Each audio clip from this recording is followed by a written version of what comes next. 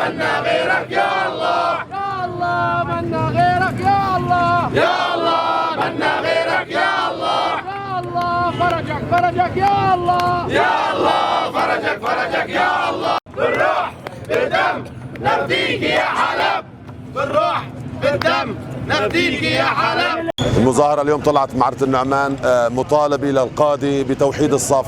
توحيد الصف هو الحل الأمثل لثورتنا اللي في تراجع، وكله بسبب القاضي المتفرقين اللي ما عم بيتوحدوا.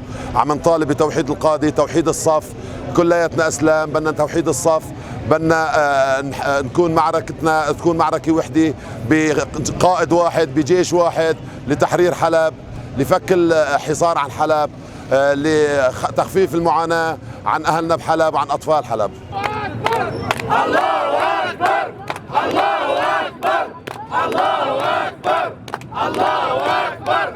الله بالدم نفديك يا حلب، بالروح بالدم نفديك يا حلب. بسم الله الرحمن الرحيم. تم التنسيق اليوم لهذه المظاهرة من أجل أهلنا المحاصرين في حلب، ومن أجل الفصائل، من أجل أن تتوحد هذه الفصائل لتقف في وجه هذا النظام المجرم الذي حشد كل دول العالم علينا. طبعا تناولت اللافتات دعوة للمسلمين في العالم للوقوف مع هذا الشعب المنكوب في الشام، بالإضافة إلى دعوة إلى توحد الفصائل والذي هو سبيل الخلاص.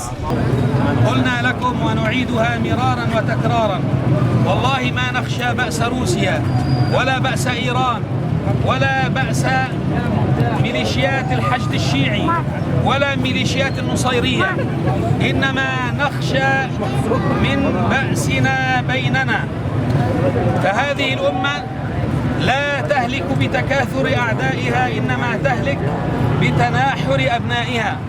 فإن وحدة الصف وإقامة العدل فيما بيننا وإنصاف أنفسنا من أنفسنا إنما هو مفتاح النصر.